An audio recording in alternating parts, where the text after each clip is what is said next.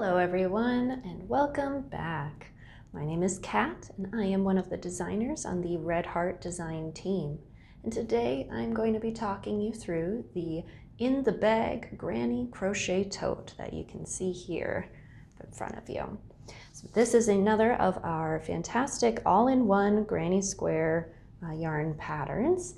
This one also, similar to last week, this is a one ball project. It might not look like it, but it is. Each ball of Red Heart Super Saver all-in-one granny square will get you 14 granny squares. And this bag uses 13 of those squares, as well as the remaining yarn to create these straps and join all your squares together. So this is what the finished project looks like. Now I'll be joining you again in just a moment to show you how you can make yours. As I previously mentioned, you will need 13 granny squares for this project, which means one ball of all-in-one granny square yarn.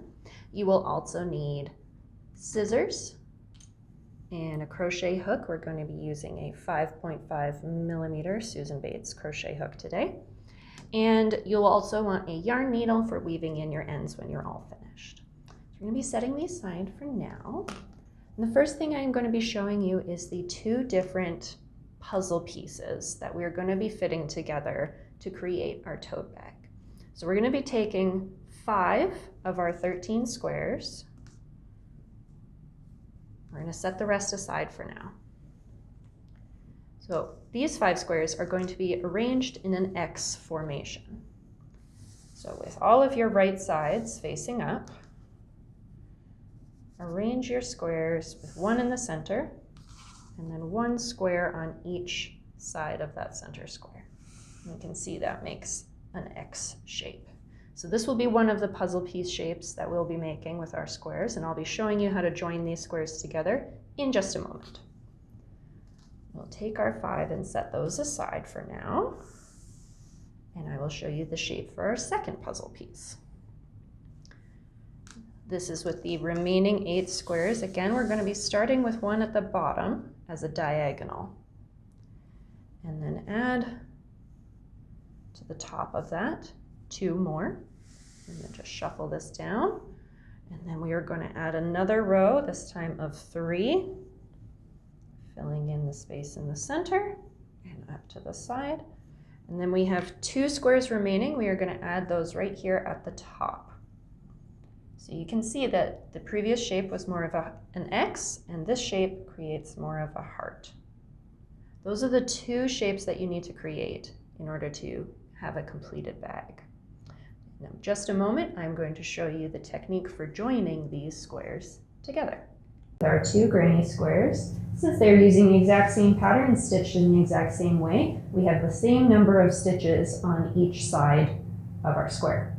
So what we want to do is align our squares so that those stitches all match up. Very similar to last week where we flat slip stitched each corresponding double crochet or chain together to each other. We will be doing the same today, but we're going to be sewing it instead of crocheting it together.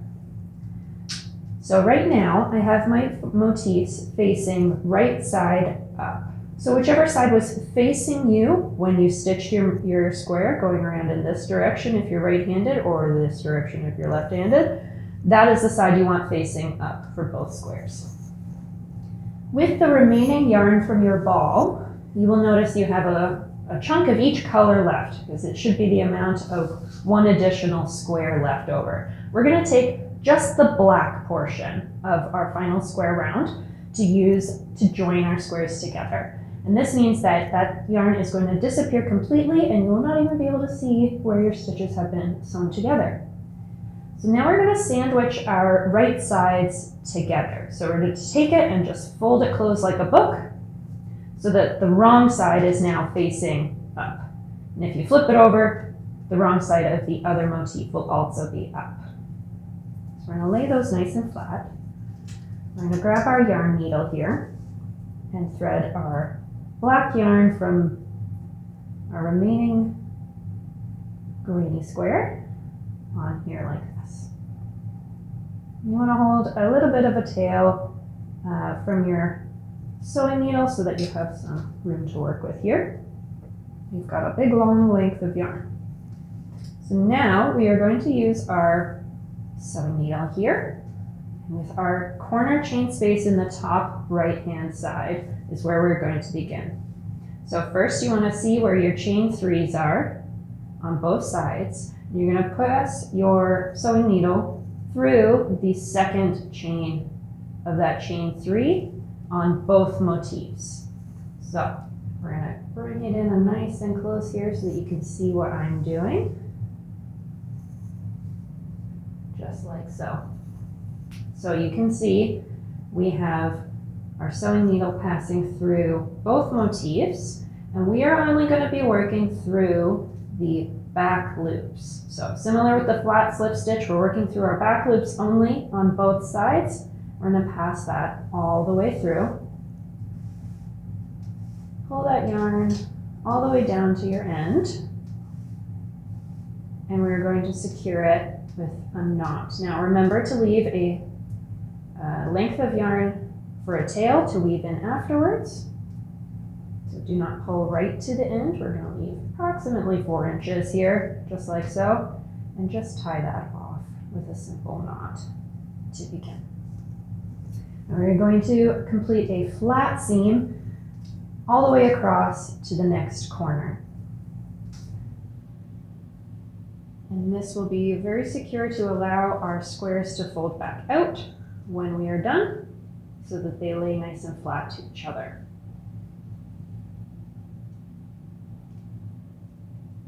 Just make sure you don't lose your tail there. So again, starting from the side that's facing us, going through one loop, and then going through the corresponding stitch on the other side.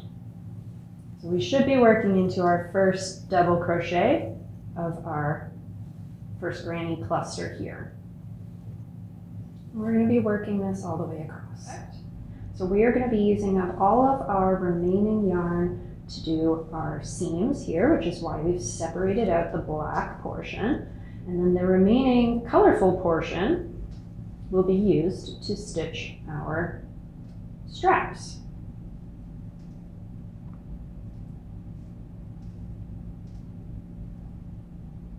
Like so.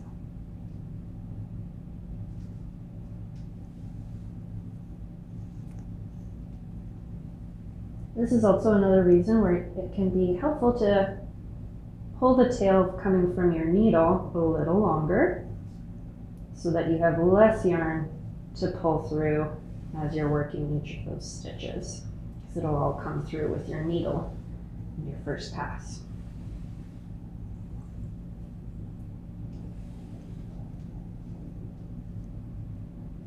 And just keep track of the tail that we started with here. Make sure you're not losing it in your stitches anywhere. We'll weave that in at the end when we are all done. Same with all of the ends of our squares at the beginning and last round. That will all get tidied up in our finishing.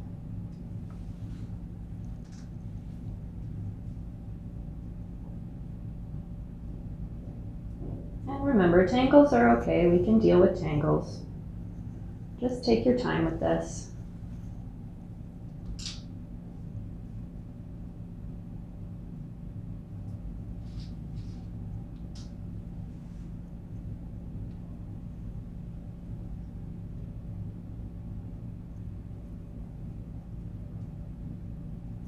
So I've just gotten to the end of our first double crochet cluster, so I'm just going to open this back up so we can see the right side.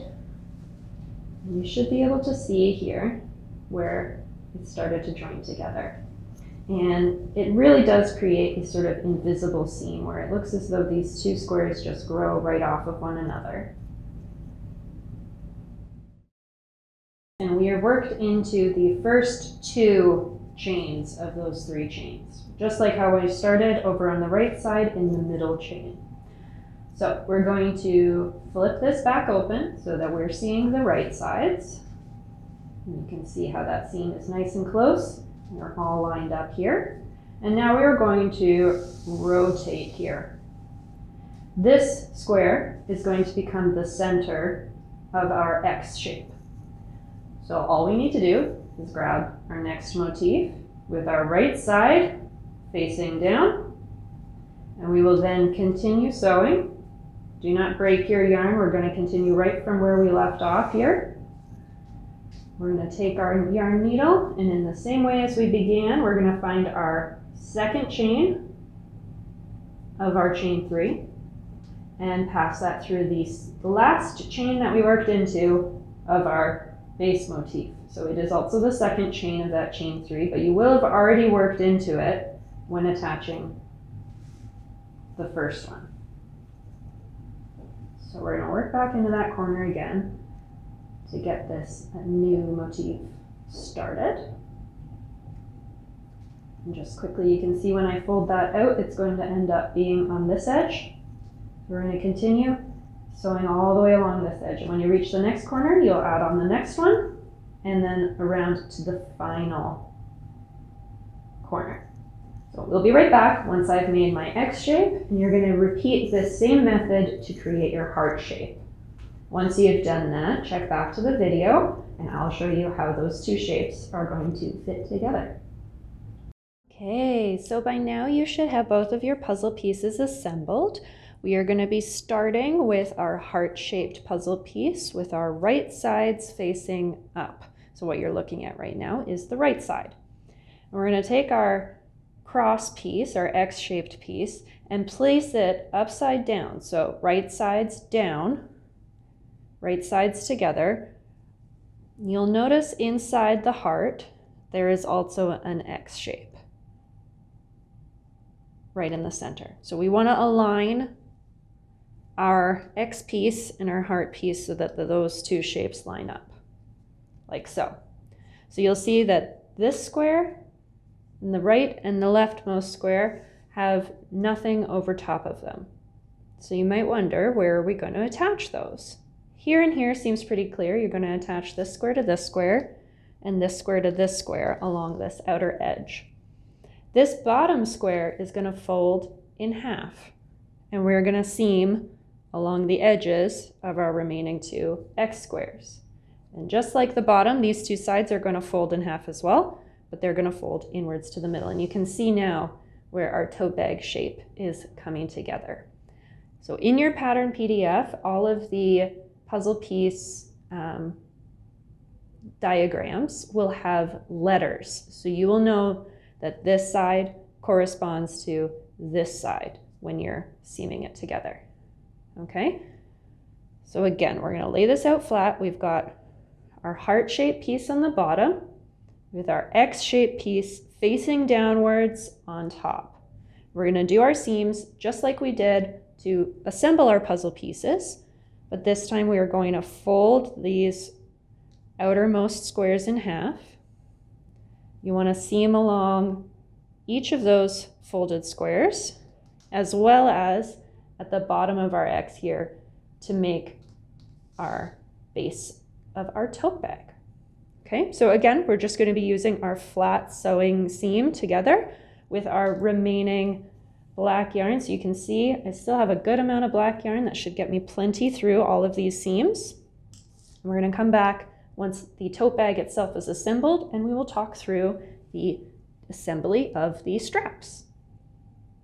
Alrighty, so we're all seamed up. As you can see, it's one cohesive piece now. The only thing left to do is flip it the right side out. We still have all of our wrong sides facing us. So you just want to open up your tote, grab from the bottom, and flip it out. Just like so. You can see it's got lovely amount of room in there. All of our motifs are lovely and stitched together. And you can just zoom in here to see. Can't tell where any of that stitching is at all. They just blend black to black, and you get this lovely framed sort of look with the motif colors in the center. All right, so up here at the top, we have 4 points. The tops of these motifs is where we are going to be joining the straps. So to work with our straps, we are going to set our tote bag aside for now, as the straps are going to be worked separately. You're going to need your crochet hook and your remaining yarn. So we're going to use all the colors from the center of our motifs, since we already used our black for the remaining of the seaming. What I've done is balled up my remaining yarn just to keep it a little bit neater while I'm working. And I've rounded up in the reverse order. So we're going to be starting with the blue, which is the center of our granny square, but as you can see, it sits at the outside of my little wound ball. So to work your straps, we are going to be just working in straight rows of single crochet. To start, you're going to need a little bit of a tail, get a slip knot onto your hook to begin, and we're going to chain 68. You'll be making 2 straps exactly the same. So to yarn over and then pull through, that's your 1 chain made. We're just going to bring it in a little bit closer here so you can see exactly what I'm doing. So again, yarn over, pull through the loop on your hook, and that's your chain made. So we are going to do that, that's 2, so we're going to do that 66 more times.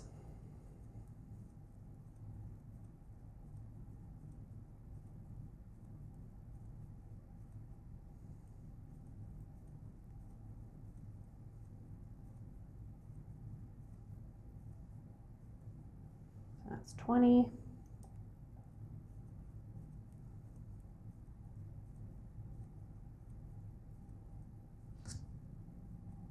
30. So we're going to just keep working here until we've got all 66. Or sorry, 68, my apologies.